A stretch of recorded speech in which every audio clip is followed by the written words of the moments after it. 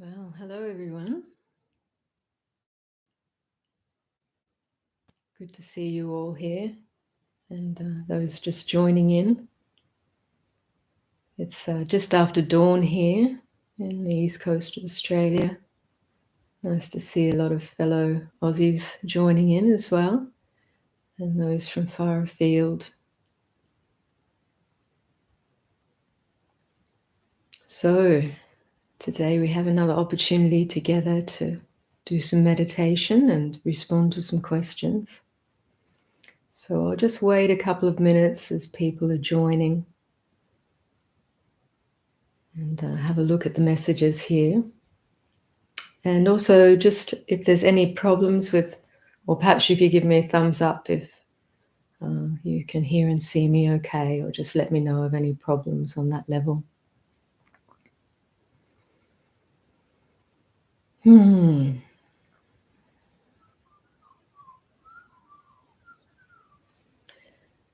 Yeah, so I hope everyone is well, and if you're not feeling well, I hope you can tune in to that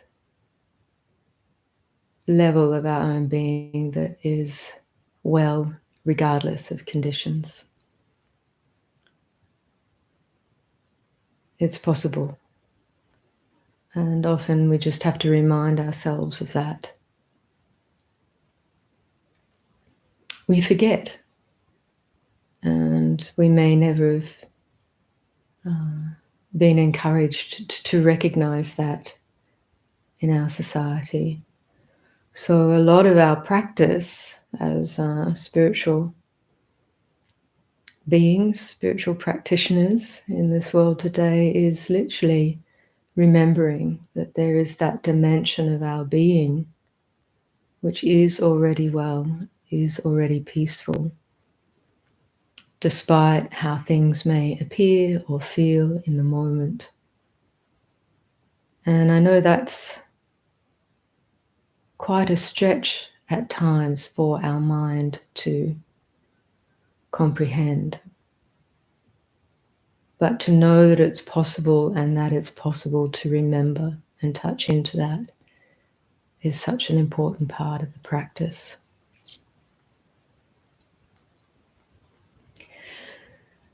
Okay, so let's start this morning, or whichever time of the day it is in your particular time zone, whichever part of the globe you're on,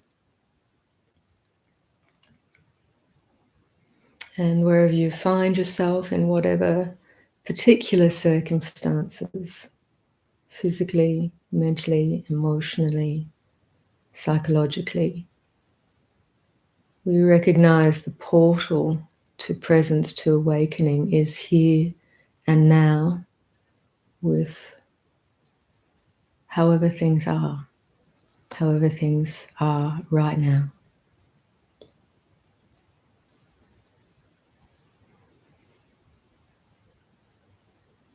So as we come into this, what we call the practice of meditation, it's not a striving to make something else happen or to transform something ultimately.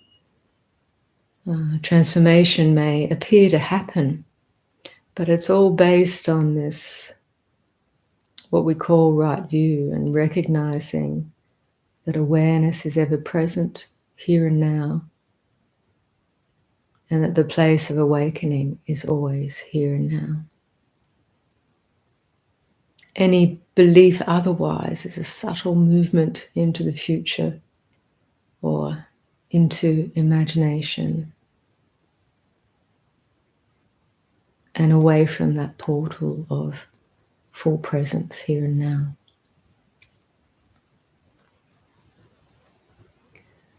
So finding a comfortable position, whether you're sitting, preferably sitting, or if circumstances are that you need to lie down, that's absolutely fine.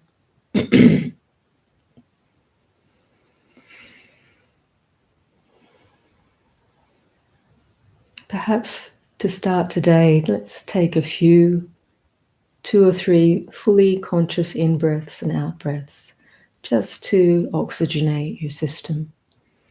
So a deep in-breath, filling the lungs, and a long, slow out-breath.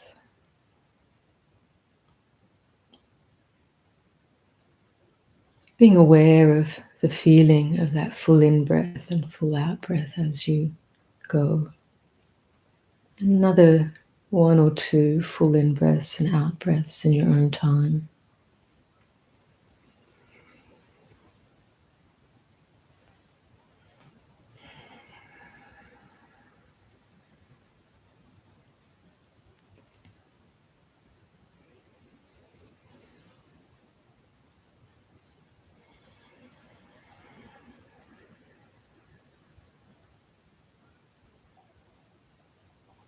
Now we just let the breath return to its natural rhythm, however that is for you.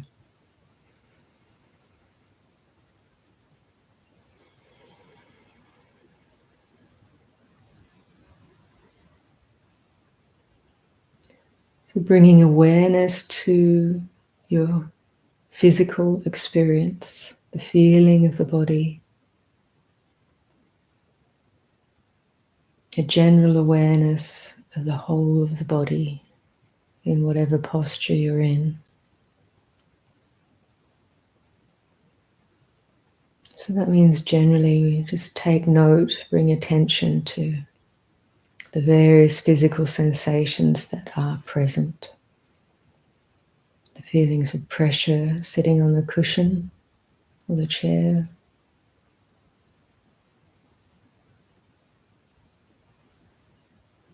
The points where our limbs overlap. Feeling of the clothes against our skin.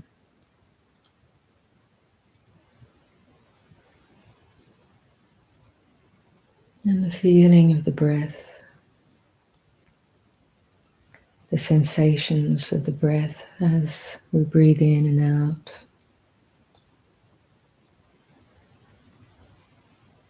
As the body breathes in and out. Because it's really an innate function of this body. If we don't interfere, the body just breathes normally as it needs.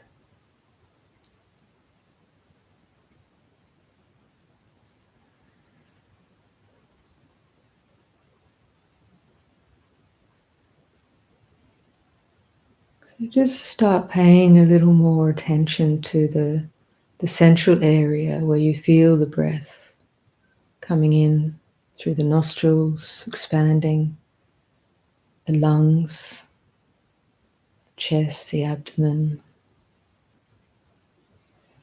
and the relaxing on the out-breath.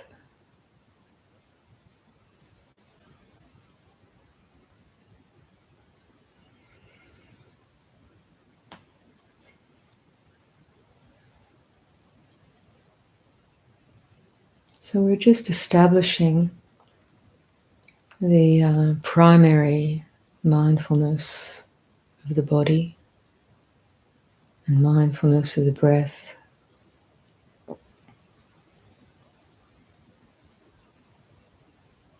Because these are grounding perceptions,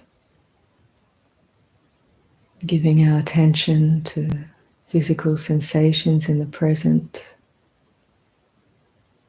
allows us to come out of the mental movement, that automatic following of thoughts and mental creativity.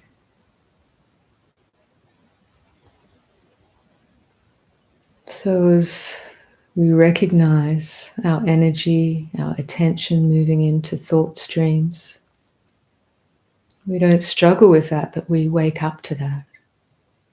Recognize attention has moved from the body and breath into conceptual thinking. Simply wake up to that. recognize that's happening.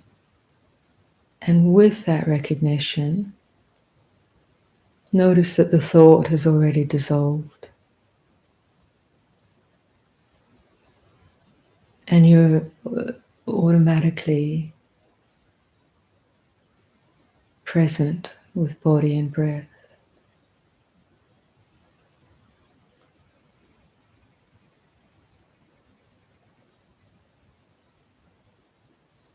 So this is the essence of our practice, is this basic recognition of, say, the movement of the mind on the one hand, and the capacity of awareness itself. The movement of the mind as in movement of attention,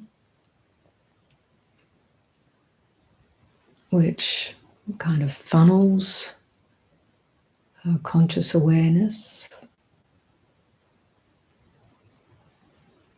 And when we recognize, when mindfulness recognizes that's what's happening,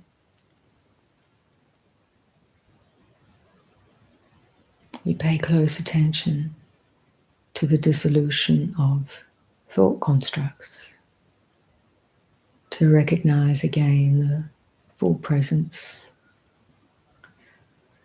So there's no push-pull there with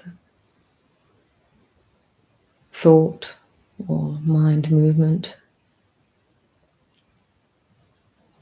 just recognition.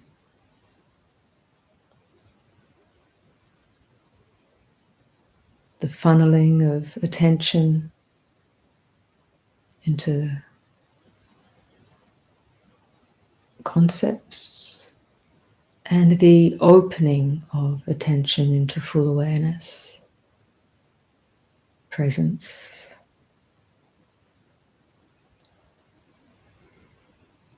And we use, if we're getting, overly restless, just remember body, breath. So that's a slight intentional movement if we really feel overwhelmed by thought.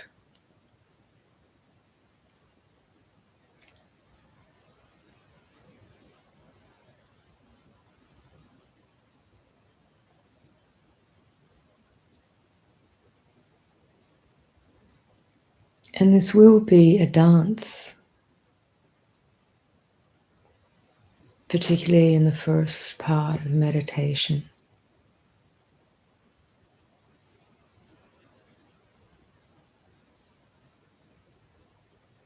And the dance is fine. Nothing wrong with the dance.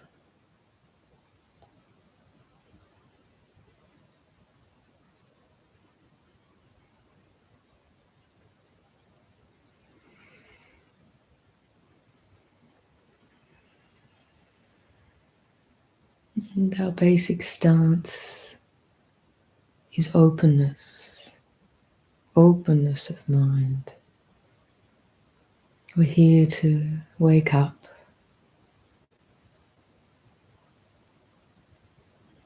Or there's many ways we can say it. Relax into being, just being.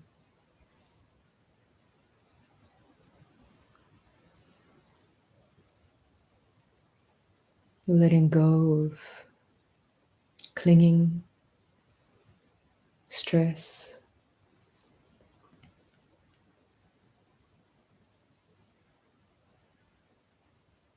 Letting go of seeking something else and just coming home.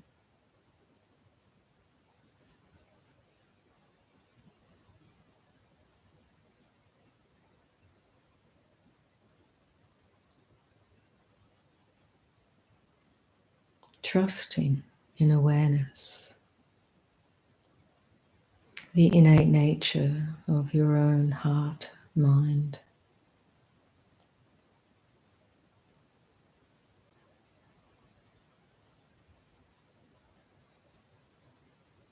ultimately already free.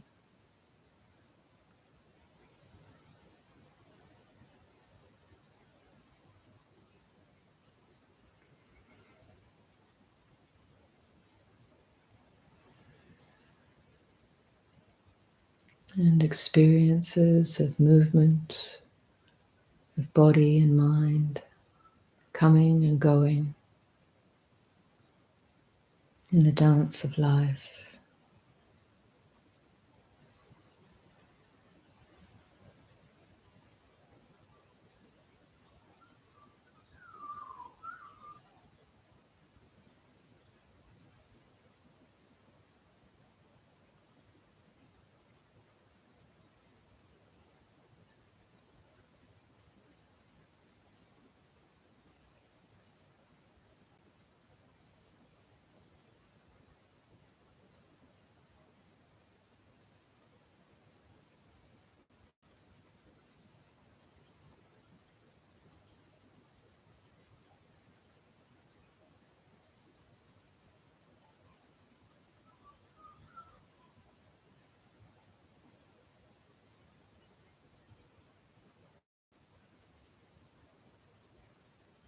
And what we can notice in practice,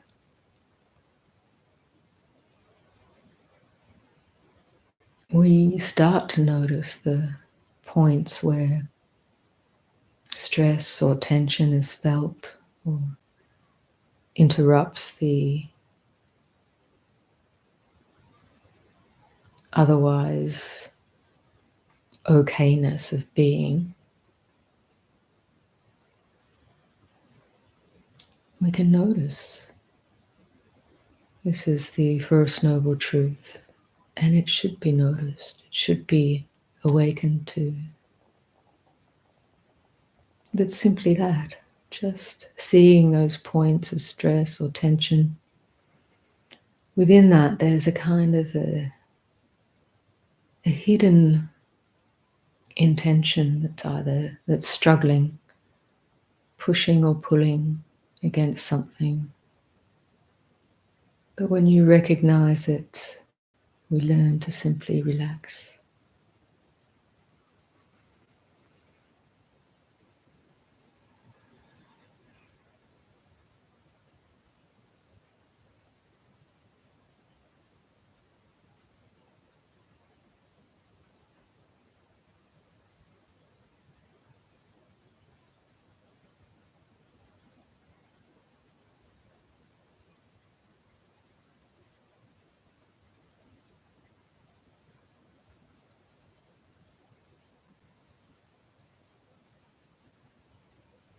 Now, there's also something to be recognized, is the subtle direction of our focus of awareness, if you like.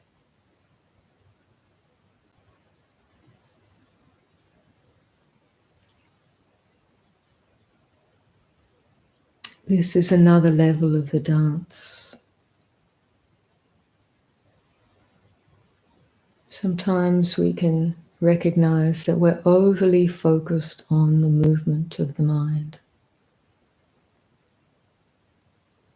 intent on watching the objects of mind coming and going.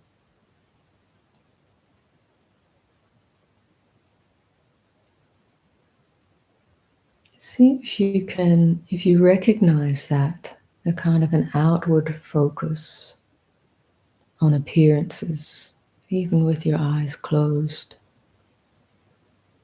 See if you can recognize just the field of awareness itself, the space within which appearances come and go. It's a subtle shift.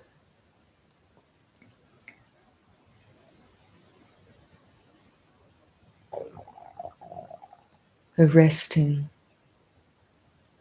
of the pointedness of attention or awareness.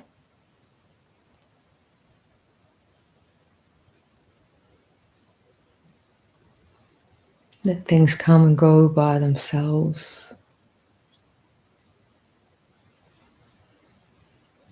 Will you recognize the natural, spacious, open, empty awareness?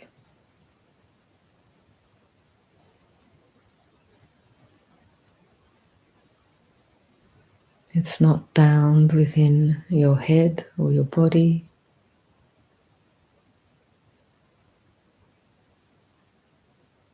It's as spacious and boundless as the sky.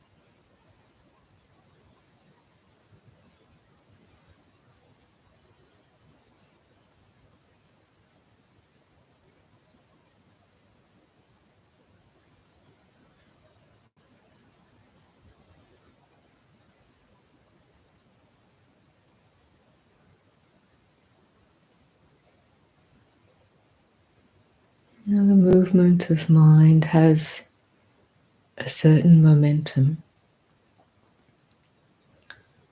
but you don't have to struggle with that. It has its own karmic momentum.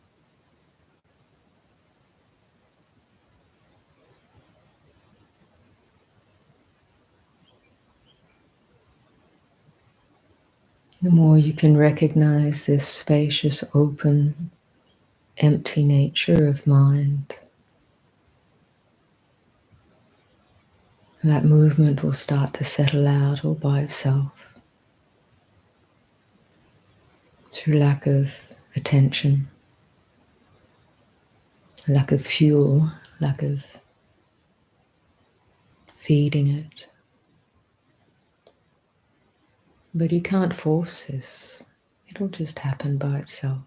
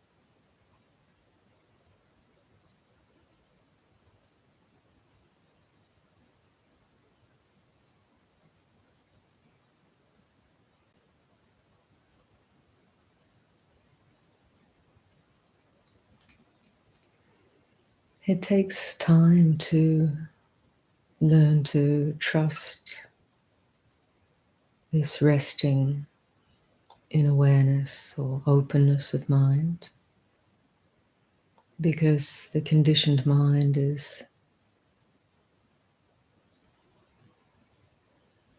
only familiar with latching onto thoughts.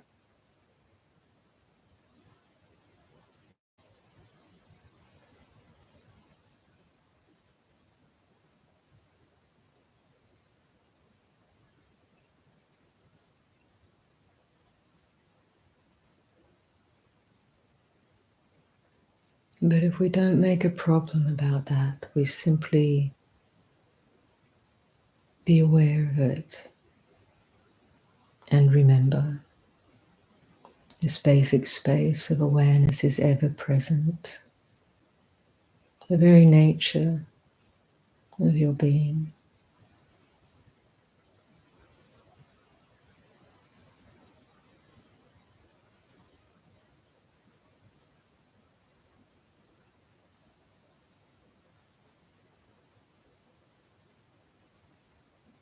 Ultimately, there's nothing to fix or to solve or to get rid of or to get.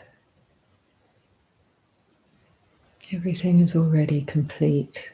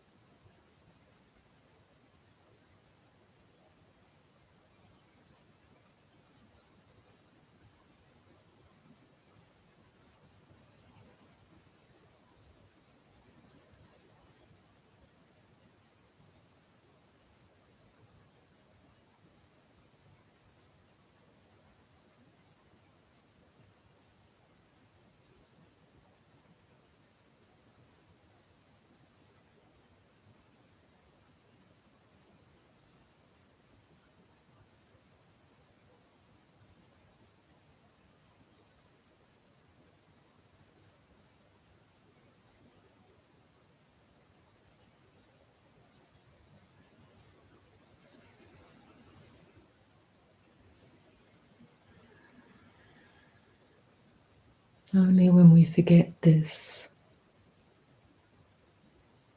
do we feel the stress of what you might call incompleteness, or the illusion of feeling like we need to get something else or get somewhere else or become someone else. It's just a result of forgetting.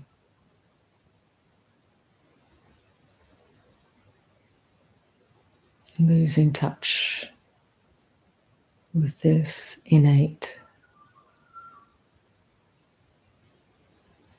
inherent completion.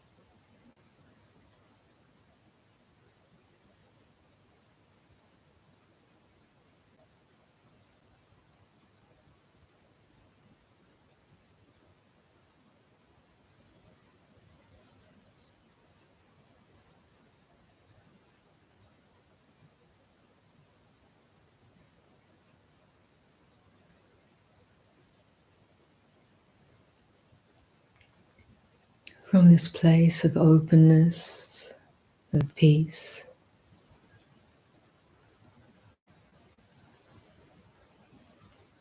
of connection to true nature, Allow the thought of loving kindness to emerge and spread throughout the whole world, in all directions.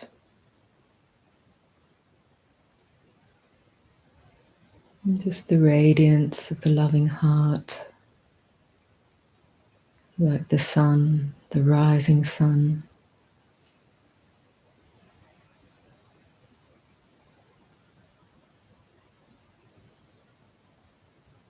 shining its warmth in all directions, impartially, naturally.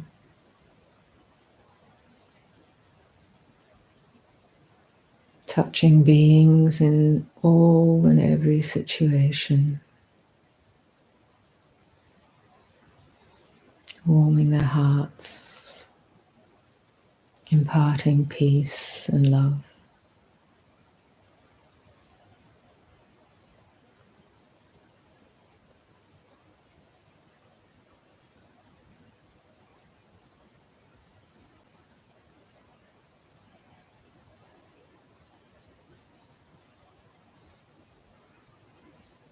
Above and below and in all directions is naturally radiating warmth and love.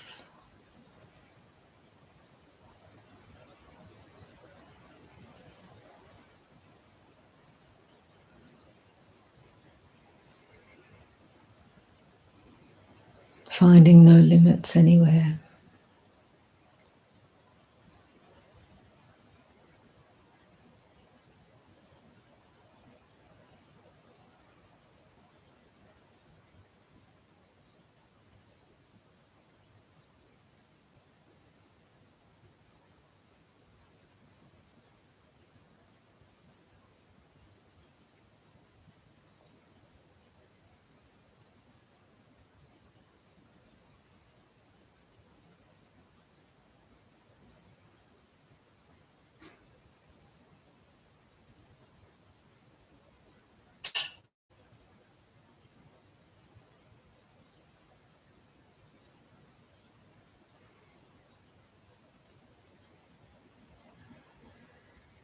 So withdrawing this meditation to a close. Just the aspiration, may all beings realize this inherent peace,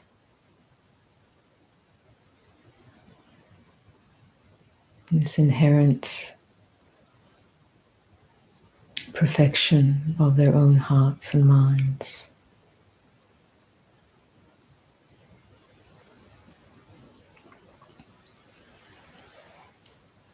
And in your own time, you can gradually come back into this field of internet connection. And if you have any questions, you can pop them into the chat box. We'll keep the chat box open for, say, 10 minutes to receive questions, and then we'll close it so we can stay focused on those questions, and it makes it easier for us to move through the questions.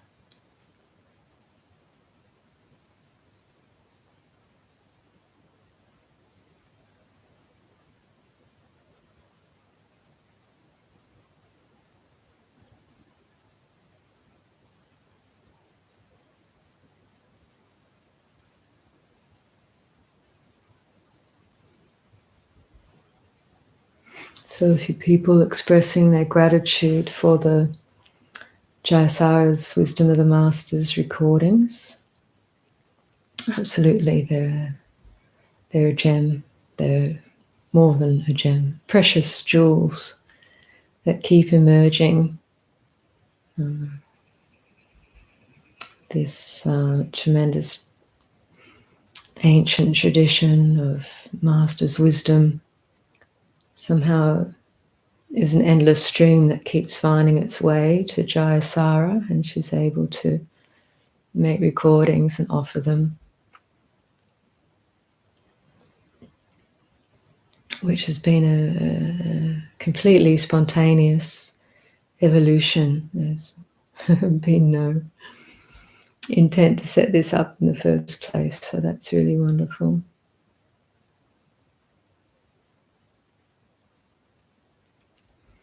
So there's a couple of questions here already that were plugged in earlier. Someone's asking again about explaining emptiness, and that will come into the session.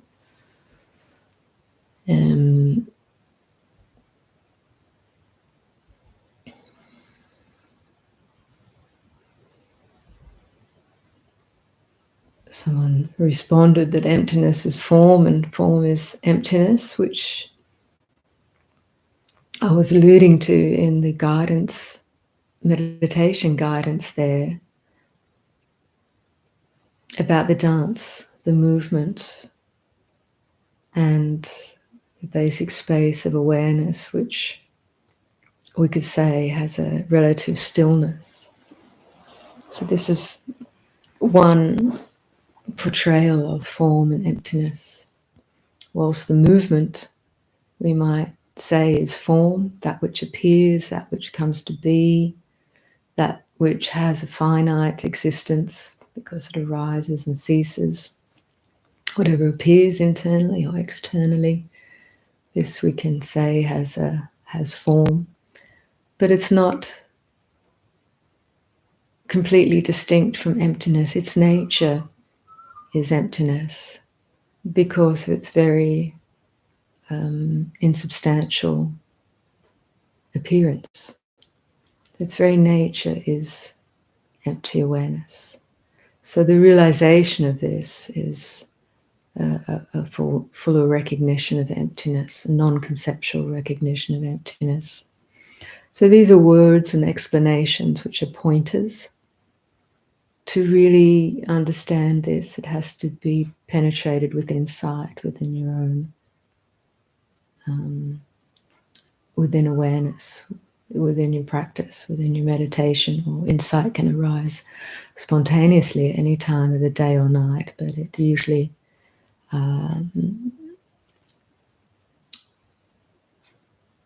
it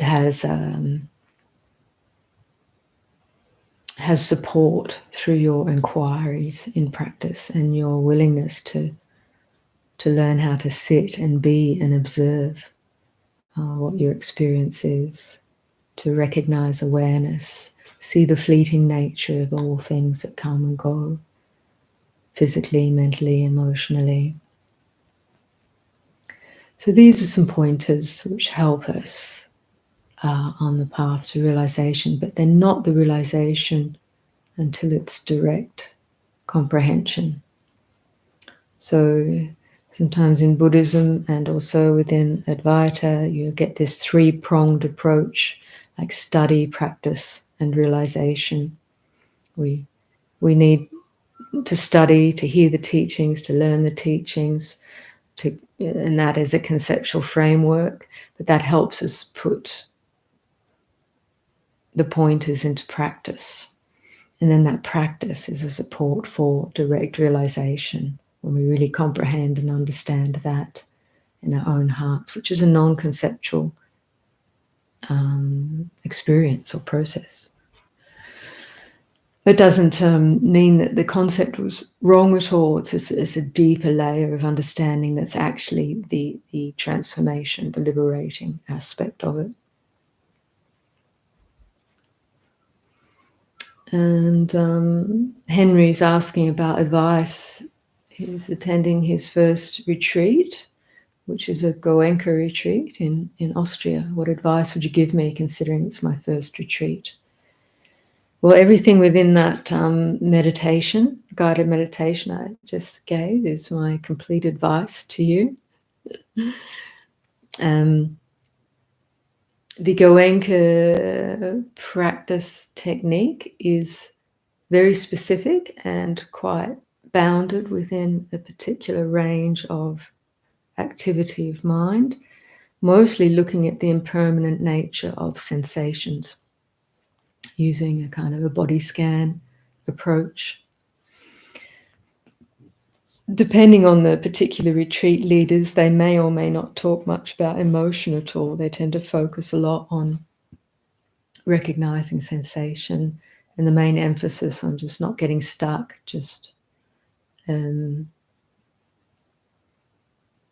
recognizing the impermanence, the changeability of everything that appears in the mind. So it's an examination of this body and sensations, basically. And a strong emphasis on sitting. There's no walking practice. So that can be quite hard on the body. Strong emphasis on silence, keeping noble silence. I would just encourage you to take it lightly and be relaxed. If you get tense or uptight, it can become more difficult than it needs to be. So keep relaxing. If at any time you feel you need some support, make sure you talk to the teachers. That's very important. So I wish you well, Henry. And make sure you're getting some good rest there as well. If you're not sleeping on these 10-day retreats, be very wary of that. And again, talk to the teachers about it, because you really need to balance the intense focus of mind and practice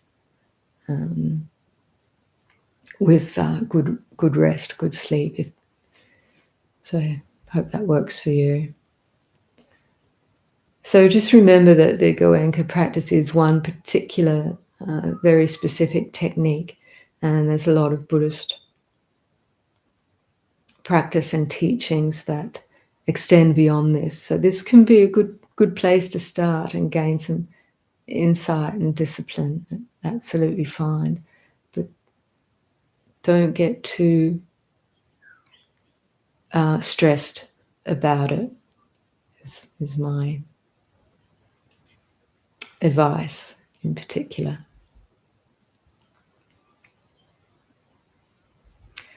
Okay, and there's a couple of questions here from someone about Zaru, feeling a lot of guilt and shame. These can be really challenging emotions, and we've all done things in the past, even if it's a recent past. You mentioned yesterday something about guilt from an action you did and regret. We can all find ourselves in that situation, and the feeling of guilt and shame is not at all comfortable. We need to learn that this can be the result of unskillful action. So that's actually an element of wisdom there, that when we regret something, it's actually saying, actually, that wasn't a good thing. I don't want to do that again. So you can make a strong intention to not do that again, or not engage in the factors that gave rise to those things, like you mentioned, getting drunk. This is one of the problems with alcohol and drugs. It can change the mind and disinhibit the mind, and we can do things that we, under normal circumstances, would not, and we can regret that a lot. And it can be very serious too,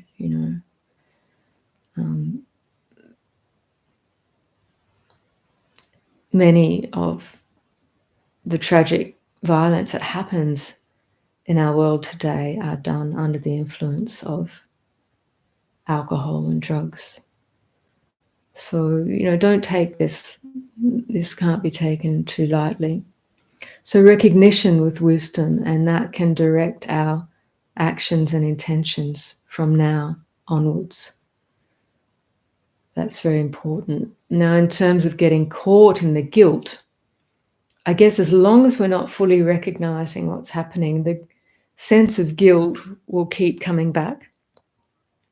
So if you fully consciously recognize and make an intention to not behave that way again, that will help let go of the recurring sense of guilt. But another thing to do is, if you can make some reparation, if it involved other people where you've caused harm or hurt, if you can apologize or reach out and explain or apologize sincerely, if you can do that, that helps tremendously. Ask for forgiveness. If that's not possible, to do that within your own heart. If this is not possible actually with the other people, to do it within your own heart, because sometimes we regret things from years ago and the person has passed on. We can still do it within our own heart and mind, and actually recognize the harm caused, fully acknowledge, consciously say, not that I wish that didn't happen, because it happened, but to take responsibility, to determine, I don't want to go there again, I won't go there again, I won't consciously engage in harmful actions like that. But also ask for forgiveness in your own heart and mind of that person or that being who you've caused harm to, and sincerely ask for forgiveness, send loving thoughts and wishes, and then also hold your own suffering heart with loving kindness and compassion. Recognize that we are imperfect on that level. When we're not fully awake, we do end up engaging in actions and speech at times that we regret later. So this happens as a result of the power of ignorance, greed, hatred, delusion. We're all under the sway of those influences to some degree or other, to a great degree or a lesser degree, depending. So when we can recognize that, we can have compassion for ourselves and others who engage in harmful acts, who may have harmed us or who are presently harming others. We can recognize that they're under the sway of greed, hatred, and delusion as well.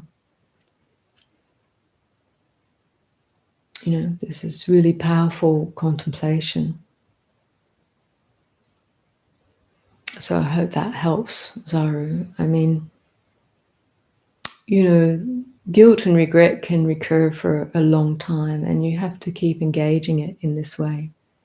Full recognition, kindness, compassion, thoughts of kindness, compassion for self and those who have been harmed. And the letting go. The wisdom aspect then, once you've engaged in that reparation or that process of realigning your heart and asking forgiveness, determining to move forward with a clearer intention.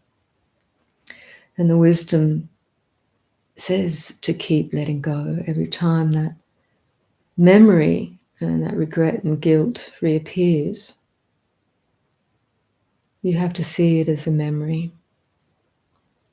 And because there's been a lot of intense emotion around that, it has a certain momentum. So through kindness, compassion, and wisdom, the reparation and the letting go can happen.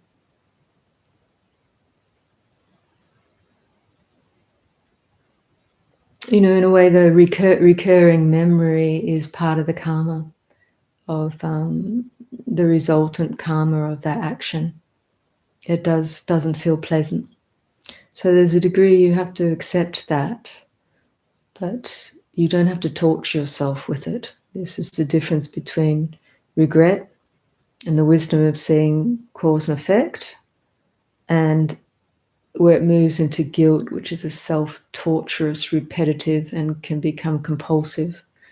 You feel like you have to punish yourself. Something in your psyche keeps punishing yourself. That's not wisdom. that actually can create more harm. So recognize that the wisdom of the Buddha, it says you need to learn how to let it go, that memory. It will appear, but through kindness, compassion, full recognition, we learn to not indulge the memory, not to keep feeding it. So I hope that helps.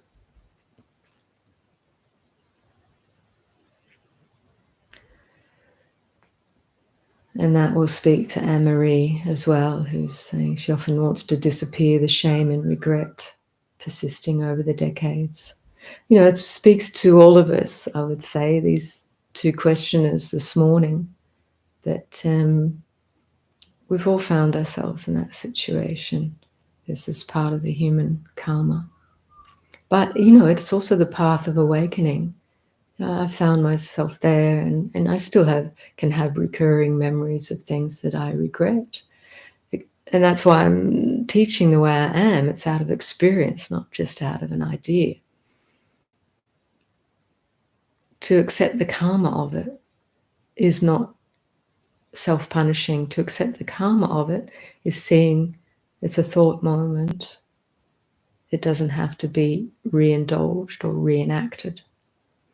But until you're fully awake to that and fully accept responsibility, in a way it can't be let go.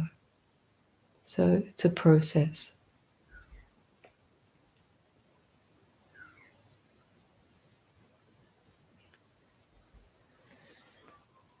Okay, when I feel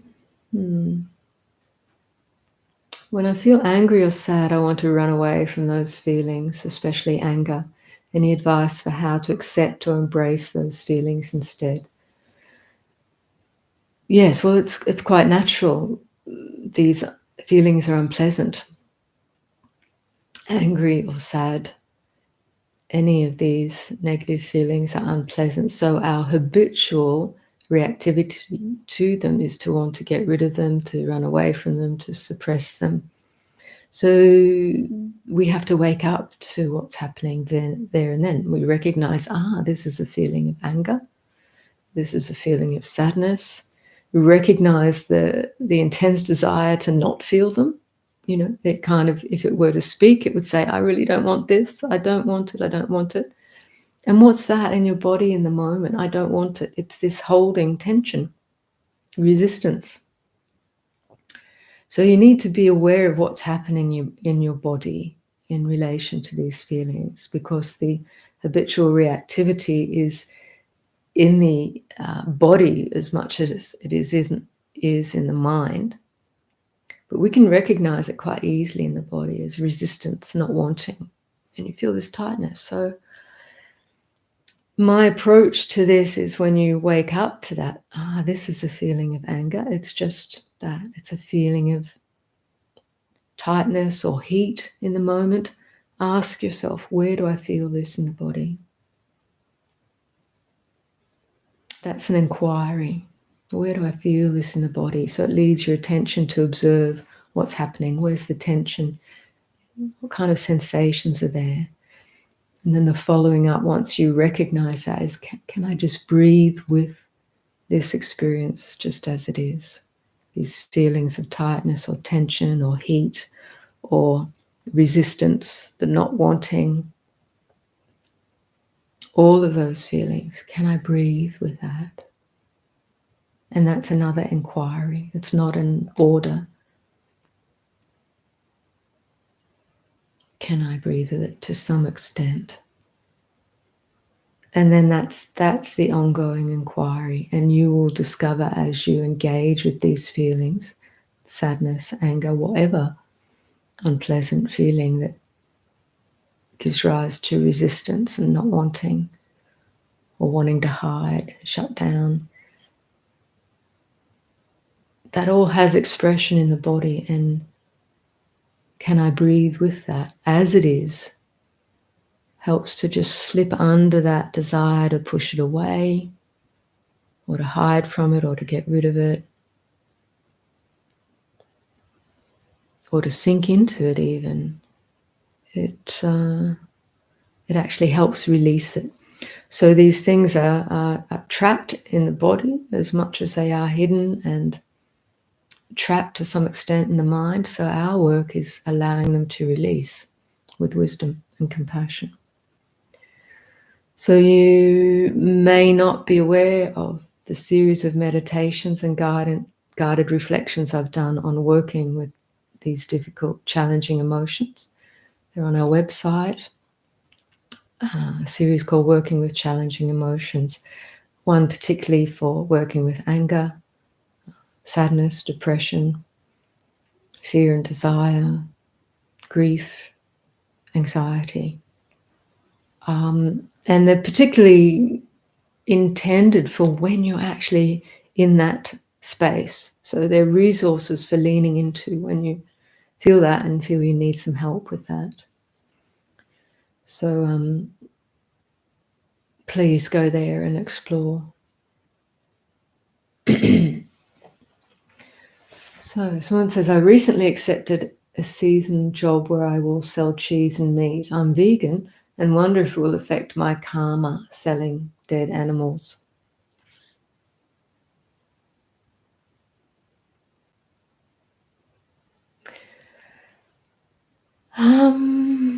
I don't know is the truthful answer. I don't know.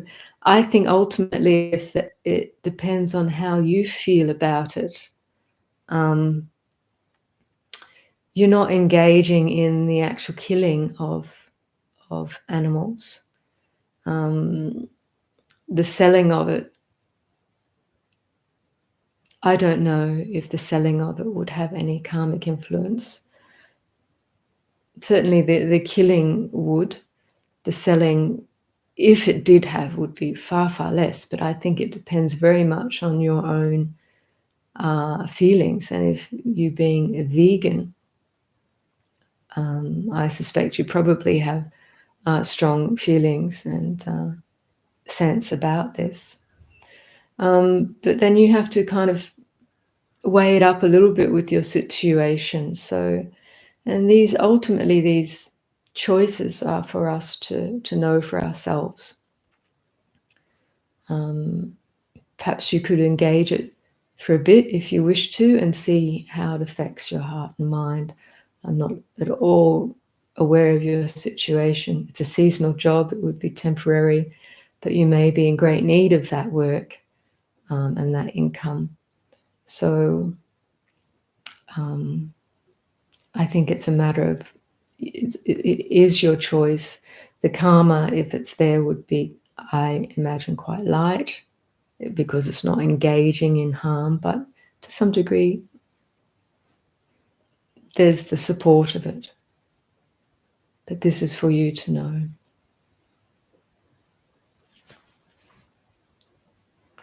Okay.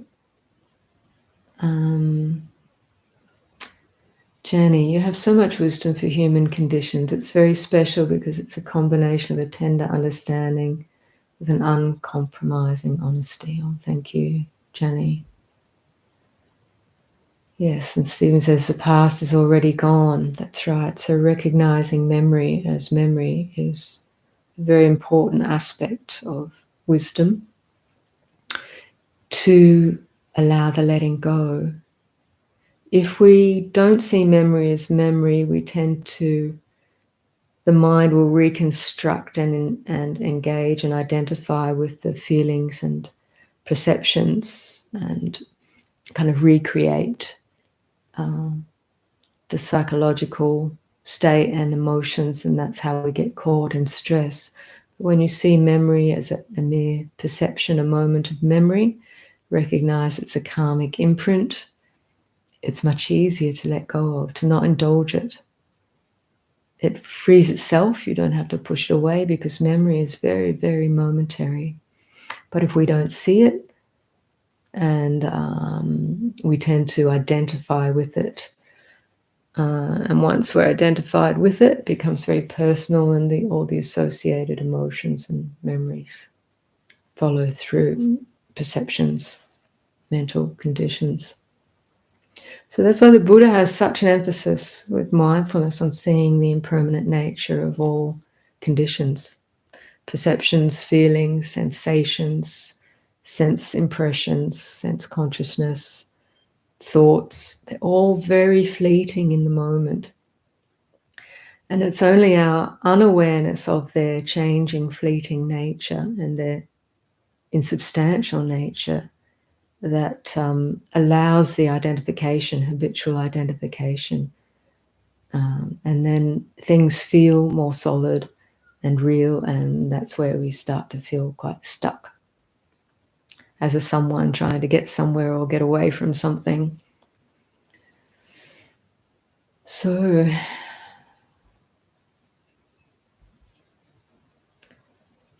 is it okay to blend Zen teaching with Theravada teachings? I usually follow Theravada tradition, but the only Sangha near me is Zen Dojo. Absolutely, as you can tell from or you might tell from our website and Jayasara's YouTube channel, we make available all sorts of teachings. And sometimes a lot of times these particular non-dual teachings blend really beautifully. Each tradition has its own kind of flavor and character and emphasis and language, because the traditions have evolved in particular cultural milieus and with particular language of that culture, and based on the insights of the masters emerging within that culture and tradition. But to be able to hear and practice or listen to the teachings across traditions, it can be confusing because of the differences in language, but once you start to really engage it in the heart mind, you recognize the similarities and sameness. And then the words, the pointers, you start to see how words are conditioned constructs, and you can use many different words to point to the same experience. And that ultimately these different expressions of Buddhism and even other traditions, non-dual traditions of other religions, they're all pointing to the same reality, that which needs to be realized in order to free the heart mind from suffering, awaken fully to the true nature of being. Okay, so Jayasara is encouraging me to scroll back up for some other questions, I think, which I may have missed because this chat jumps along.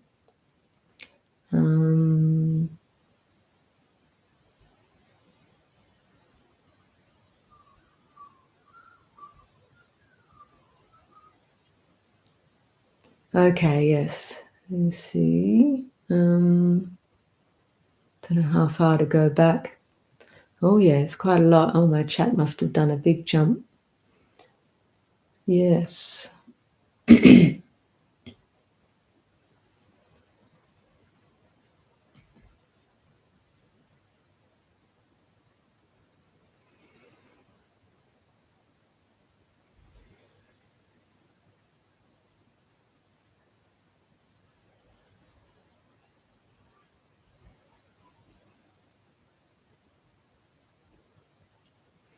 Sorry for the silence. I'm just trying to find.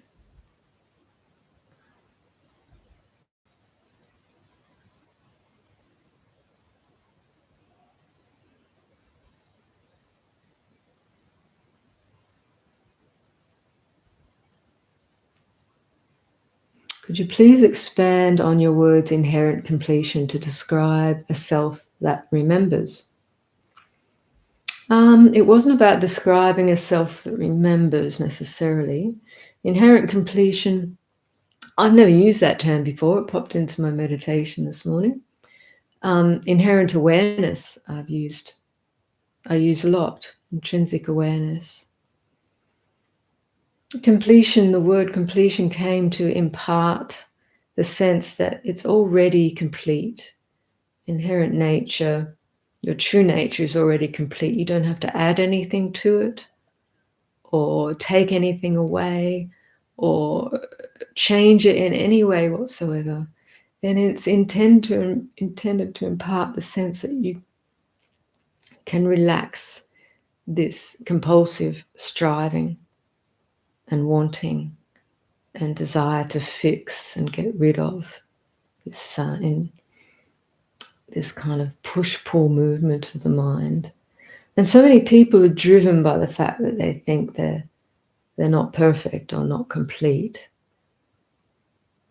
And so this suggestion of inherent completion is a pointing to the true nature of reality in your own heart mind that is already in the Dzogchen language.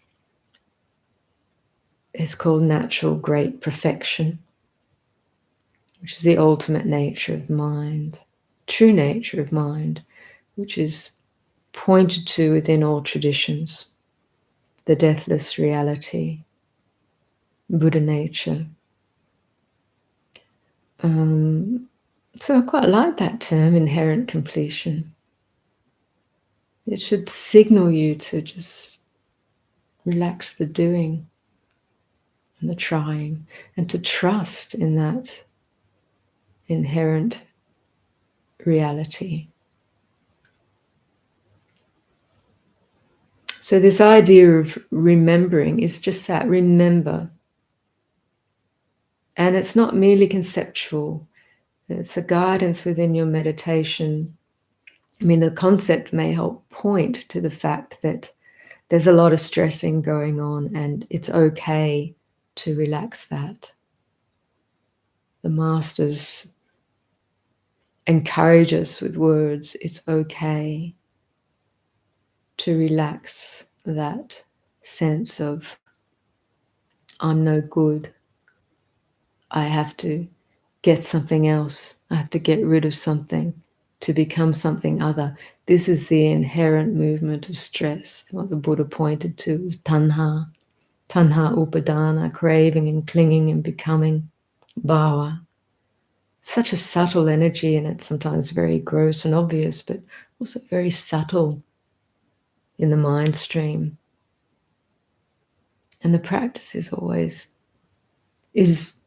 recognizing when it's present,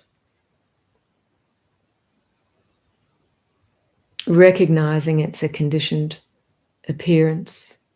You don't have to identify it and identify with it. I mean, become it or think this is me, this is mine, this is what I am. So it's the ignorance of mind that doesn't see it as a transient karmic arising that gets caught up in its momentum. And so we become that, I am this. And we become limited again. I am this belief in limitation. I've got to go here, do that, do this, and get somewhere. I'm not good enough the way I am.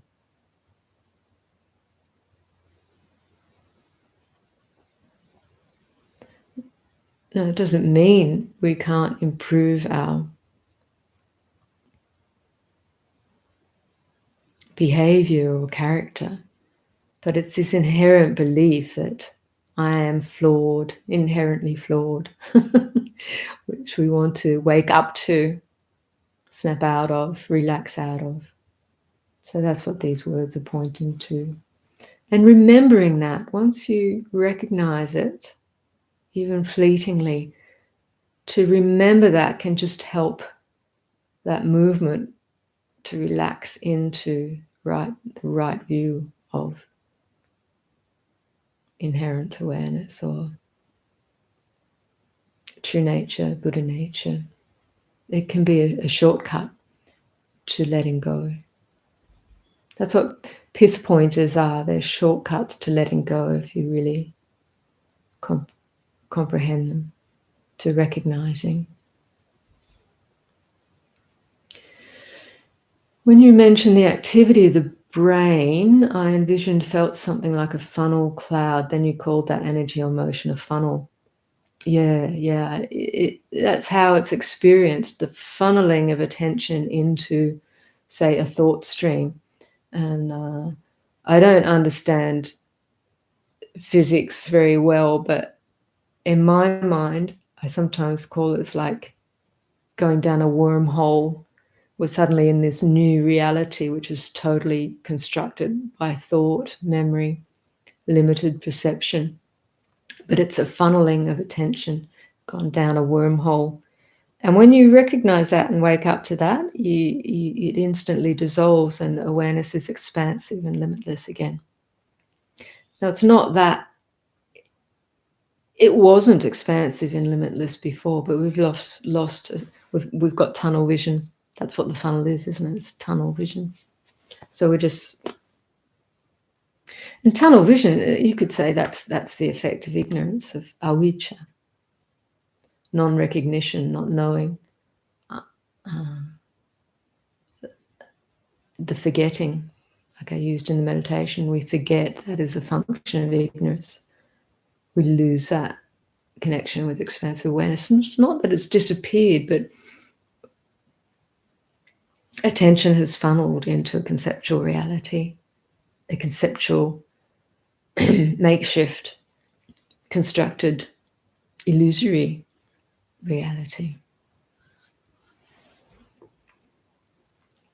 I know my true nature is not a thing to be found. I also appreciate your guidance to relax into being. Can you share a little more guidance here? Well, thanks. I think I've done that. These questions have come in quite a while ago. Yeah, it's certainly not a thing. And this feeds into the earlier question and exploration around emptiness. Thingness refers to that which appears, that has finite expression. So the appearances, all conditioned appearances, we can refer to as a thing. It stands out, comes into existence. The no-thingness is recognizing, in one way, to recognize the space around things. Or if you just get attention stuck on things, that's all you notice, the things in the room. You know, the furniture, the walls, the floor, the lights, the rug, the people. We get stuck on things and we forget the space. But as soon as you notice the space around things, you realize there's this inherent relationship. There's no thingness.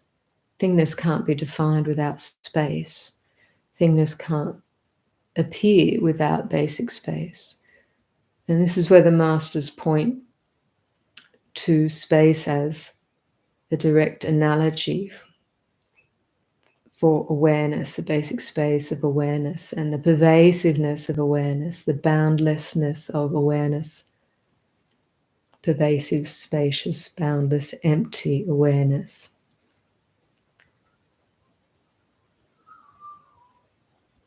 Now, when one has, oftentimes when there's deeper insight in meditation, there can be awareness without things appearing. It's what we call formless, objectless awareness. And then the experience of that level, say in meditation, informs the heart-mind about the ultimate emptiness of all appearances. And even the emptiness of the mind that knows. The mind that knows is not a thing. It's not a finite thing. It, as the masters say, it has no birth and death. You can't find its beginning or end or boundaries. Sense consciousness, the mind that knows appearances in that moment, cognition, is finite, dependent on each object of sense experience. That's the finite knowing, sense consciousness. It has appearance as well, and the Buddha encourages us to recognize all of these aggregates of existence, physical form through sensation and visual form, the changing momentary nature of perception, feeling, mental formations, thoughts, constructs, ideas, and sense cognition, sense impression, sense knowing a thing through the senses. In knowing these expressions, these ephemeral appearances, through insight, we understand and know directly that non-appearing, unmanifest, deathless, birthless awareness, the knowing which transcends, the awareness which transcends the finite. So ultimately, this is not separate from the expression, but that truly has to be realized, to be comprehended.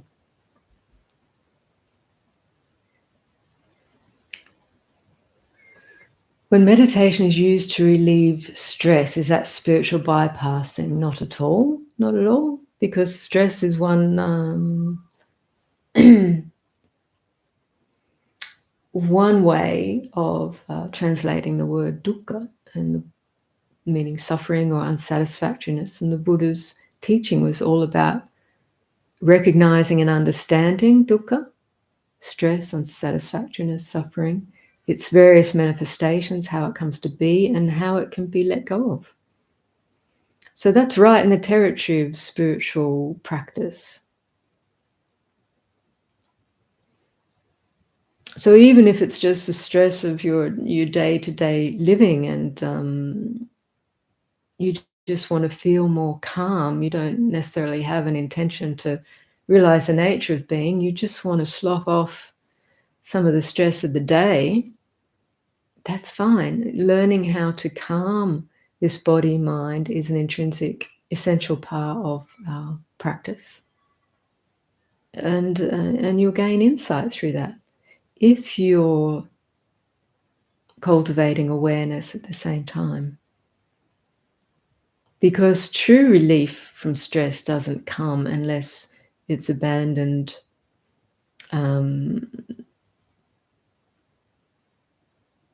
with wisdom. And that will be your learning. What is this stress? How it comes to be, how it can be let go of is your path of practice. But it doesn't stop just at physical level of stress, because you start to recognize much more subtle levels of stress in mind constructs, which also impacts our experience of body and being with others. Okay.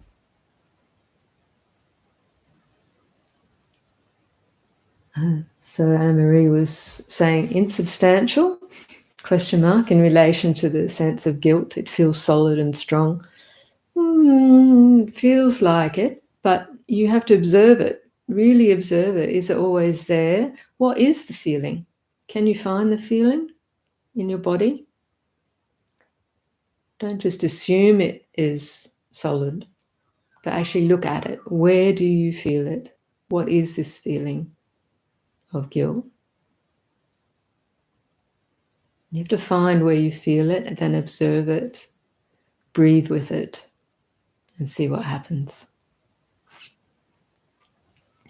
What can I do about quick jolts of discomfort that come and go so quickly that I don't have time to observe my clinging, pushing them away? Oh, that's not a problem. Just let them come and go. That's all you need to do. Just don't interfere. All you need to know in that case is that, yes, they come and go very quickly. That's your observation.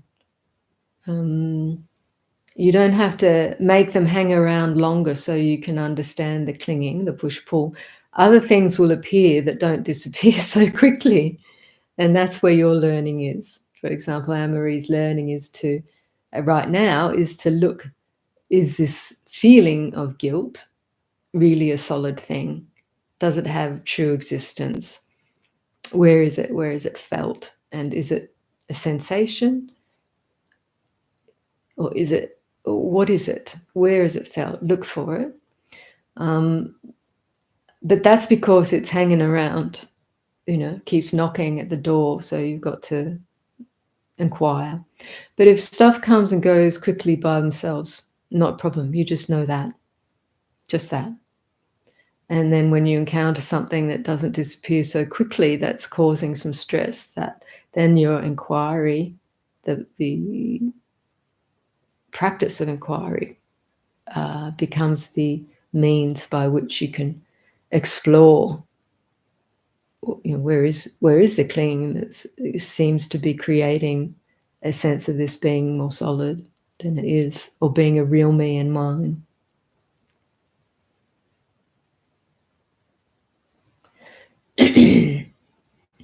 And you'll also, just with practice, you'll start to recognize the push-pull as also just a minor moment that comes and goes. It comes, the push-pull.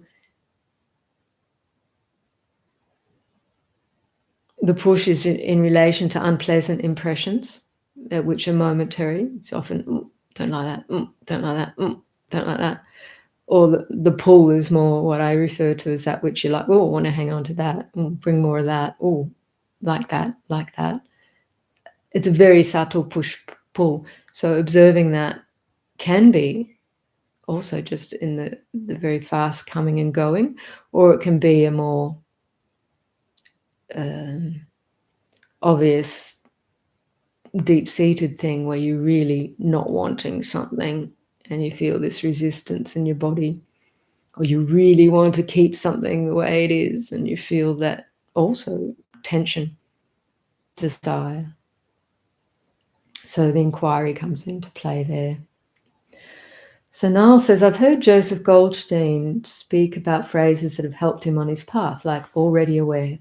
Recently, a phrase came to me that powerfully shifted my mindset and support acceptance. I'm curious, do you have any phrases that have stuck with you over the years, ones that still help you shift your perspective quickly when needed? Absolutely. Many, many, many over the years. And this, what I was saying before, is like the Pith teachings can be shortcuts to letting go, just help release.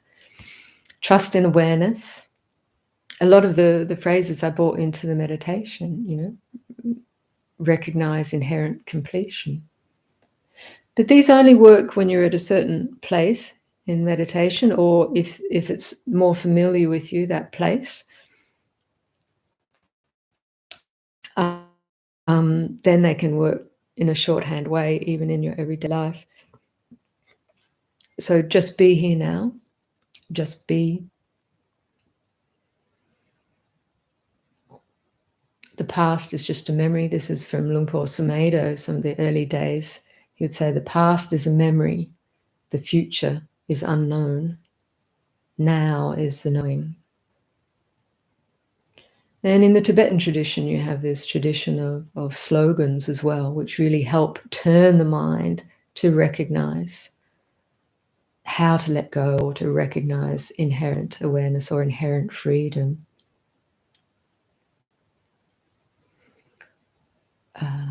More lately, awareness is already free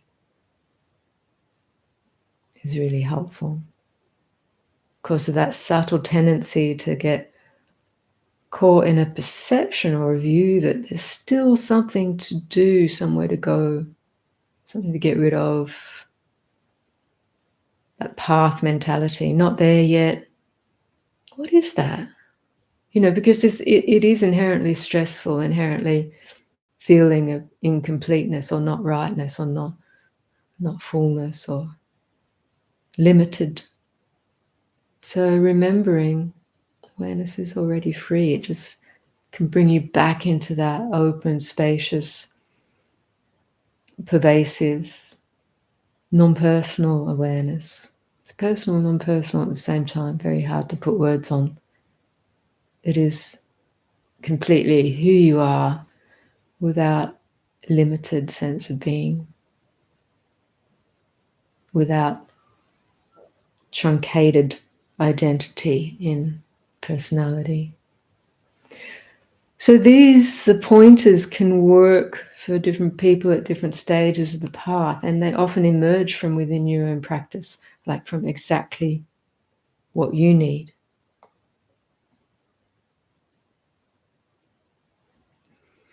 And you'll find teachers like Ramana Maharishi, one of his main teachings on self-inquiry is the question, who am I? He kept, as soon as a thought would arise or some mental construct or sense of self would arise, he'd meet it with the question, who am I? Or to whom has this thought arisen? So that inquiry turned his attention back to the source, we call the source mind, or from where that thought arose. So now it's just mind looking at mind and staying there. And that was his process and path of awakening. He awoke fully by, using different words there, but the inquiry taking the mind back to this basic awareness that's not constructed. And if a constructed thought appears and one's attention is funneled into it, using the inquiry, to whom has that thought arisen? Turns attention back. These are just words, attention back or just pervasive awareness. Yeah, so different teachers, in that respect will teach what has worked for them and can support others in their process.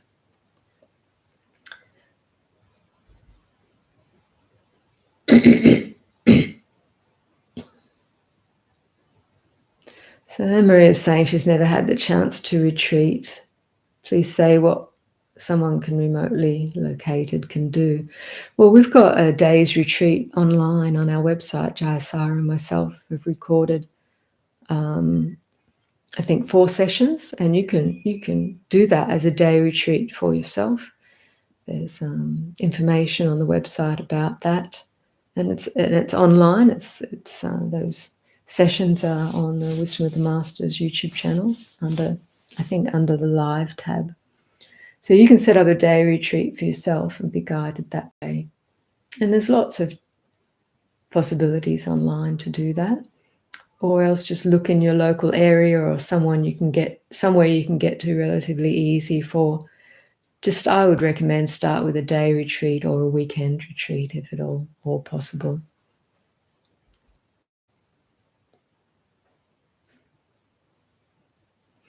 Yeah, so Zara, if you're too afraid to even look at the feeling, that's okay. So stay with that fear of looking, because that's what's apparent. So and if you say, well, I'm too afraid to look at fear, just stay with whatever's on the surface of awareness. If that is the case, ask yourself, if you're too afraid to look, you will discover, if you look at the breath, your breathing is probably halted right there. You've probably got frozen breath. You can't feel yourself breathe in and out. So just simply ask yourself, can I breathe in this moment? You don't have to force yourself to look at fear or look at anything. Just ask, can I breathe with this feeling, whatever it is, in this moment? And it doesn't have to be a full breath. It can just be the smallest of breaths, just to start to allow the body back into conscious awareness. So we work with the top layer of perception, top layer of the onion, and whatever feels workable for you. You don't have to push past your tolerance level to go deeper. Just work with whatever's at the surface. Can I breathe with this? And please use those guided meditations that I mentioned on our website. There's also one about embodying awareness and kindness, which will be really helpful for you in this case, a series. Okay, thank you. Got back to the place where I was before.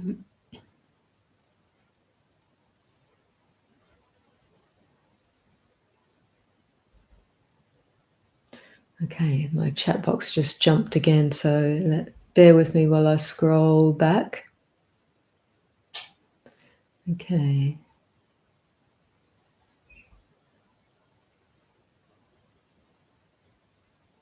Zara is saying, I want to be your disciple. Do you do meetings? These are the meetings. We usually do a live stream every 3 weeks, and Jayasara and I alternate. And you've got all of those meditations on Wisdom and Masters YouTube channel and on our website to help guide you. There's Q&As on our website as well. You don't have to be a disciple, but just use these resources to the degree that they help you.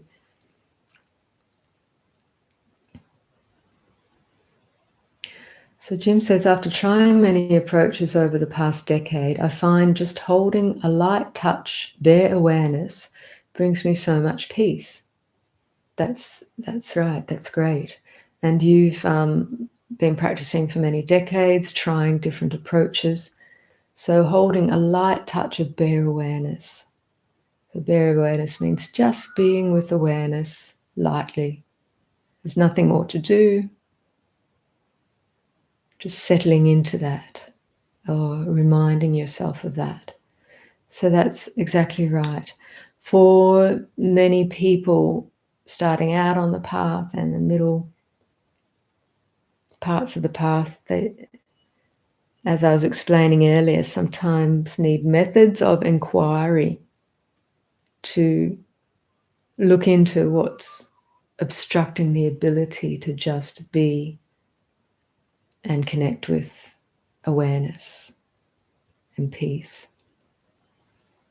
But when we find a way to do that, it's usually often through a lot of trial and error and exploring different approaches.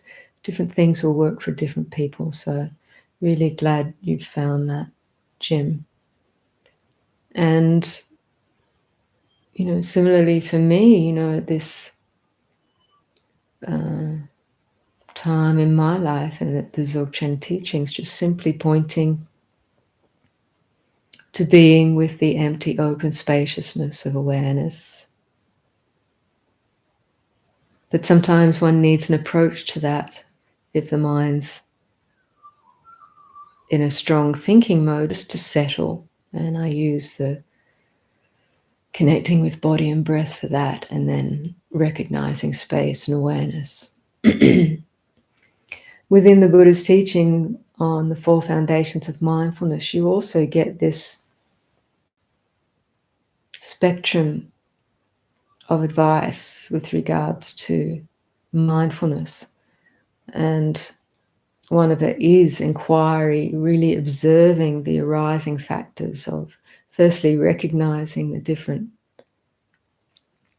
aspects that are appearing, sensations, feelings, mental constructs, emotions, recognizing them, but observing to whatever degree you can how they appear and disappear, what brings them into being, what allows them to disappear, or within that refrain, or just awareness to the extent that there is knowing this is body or this is feeling.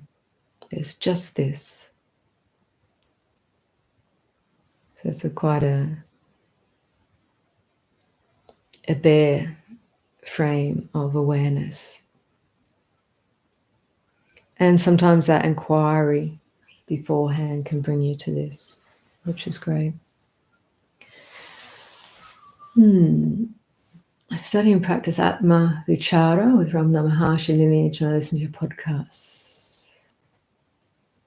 The combination is fantastic, and I thank you for putting your existence into helping to liberate. Yeah, so that's a comment for Jayasara. She does all of that work, and I help a little bit with first draft listening and advice, but it does seem to help a lot of people. That's terrific. So Jacob says, is it true that I cannot make a shift happen? It will either will or won't in this lifetime, and because of that, I should just try to notice rather than try and point my attention. Yeah, I would say so, Jacob. Noticing is a kind of a pointing of attention, but it's not a forcing of attention. It's just noticing what is happening. That is the best advice. Sometimes when we practice noticing, we tend to force attention too much, and it only takes time to recognize that we're over-efforting, and that attention, having just the mind that notices what's present is actually the disposition of mind itself. But we come to that slowly. Yes, and you can't make a shift happen. If you try to force and make a shift happen, it's usually based on a mental construction and an idea. So it's really kind of just giving ourselves more grief in a way. But nevertheless, we would learn from that process, and we often do. We learn from trial and error. And so that's the wisdom, that's the evolution of wisdom. So nothing goes to waste.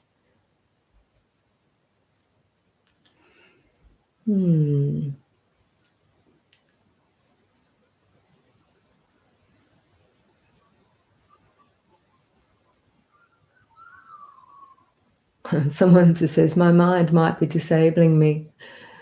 Well, it's not really your mind, and it's not doing it out of ill intent. It's just the nature of unawakenedness, if you like, or the Buddha called it avijja, not yet knowing the true nature of things.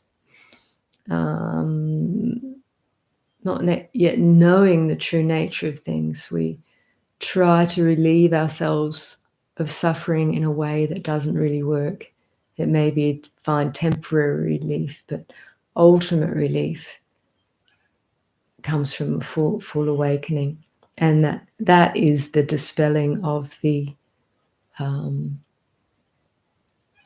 disabling avijja, disabling not knowing or unawareness. Dave says, I have a couple of practices of noticing awareness. I find when I drop into non-dual awareness, I see objects and there isn't any thought, no label. I see a tree and nothing comes to mind, just shape. Yeah, that's good. That's good. I might notice a tree and then bounce awareness off it like a mirror to reflect it back at itself. This seems to help in some way. Yeah, and for all of us, we find our way, and sometimes we can have very unusual experiences. And it is all about just not getting caught on the experiences, but learning happens through them somehow. So to trust that process, trust the process, that's another slogan that can be helpful, especially if we're getting caught in doubt or uncertainty, wavering of mind. Just trust the process, trust in the power of awareness itself.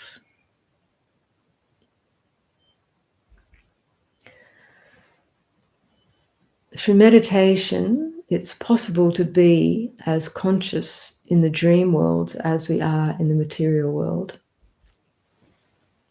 It is. And there are particular ways of practice in different traditions that actually help you become more lucid in dream states.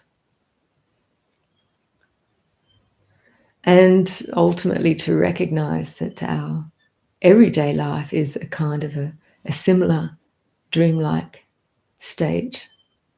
And this recognition can actually help relieve a lot of the stress. It doesn't dismiss our engagement in the world, but helps us move more lightly in and through it and with circumstances. So we've come to the end of this question thread here in the chat, so it's probably a good time to wind up now. So thank you all for coming this morning, and thank you for your questions and comments. I hope my responses have been helpful. And you can always listen again to these the meditations and these Q&A responses in the live stream, they've all been archived there under the live tab in this channel.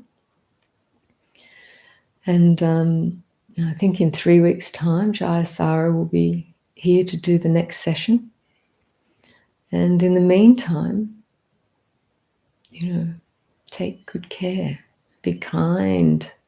Much of our learning on the path is how to be kind and compassionate with ourselves. Somehow in the Western culture, we've learned to give ourselves, especially those who are awakening and